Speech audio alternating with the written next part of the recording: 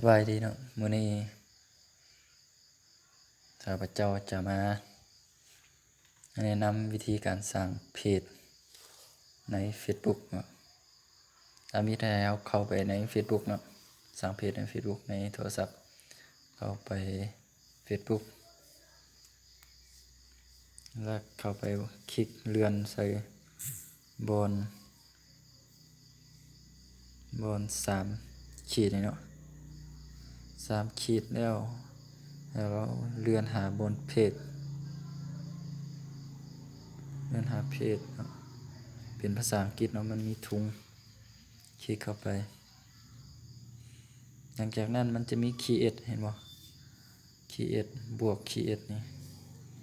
หมายถึงว่าการสร้างสร้างเพจเนาะสร้างเพจใหม่ get start เนาะกด get start เข้าไปเราพิมพ์ชื่อเพจของเราเพจใส่ว่าสบายดีเนาะเพจสบายดีจากนั้นหา next มันจะให้เราเลือก category เนาะตัวนี้เราจะเลือก book ท่านเราเฮ็ดเกี่ยวกับหนังสือหรือว่าข่าวสารเนาะหรือว่าเราเฮ็ดเกี่ยวกับสินค้าหรือบริษัทเลือกเอาเนาะตัวนี้เราจะเอาเกี่ยวกับข่าวสารเนาะให้เลือกอีกเนาะเป็นข่าวสารในแบบ book หรือ book story หรือ book series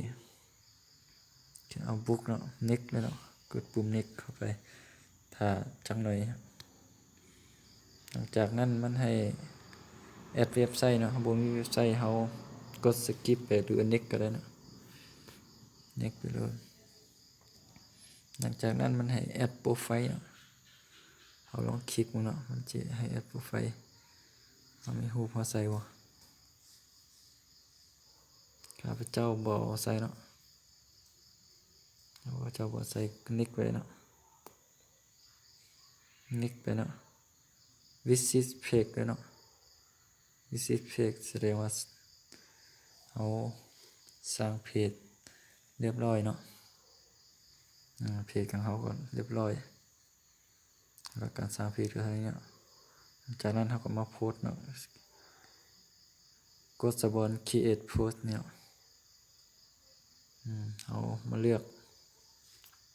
เอาเนาะเขาจะโพสต์อย่างเนาะเลือกโพสต์วิดีโออย่างพวกนี้เนาะเอาสำหรับวิดีโอนี้ก็จบเพียงเท่านี้เนาะในการสร้างเพจใน Facebook ในโทรศัพท์เนาะขอบใจที่รับชมรับฟังเนาะก็ขอบใจ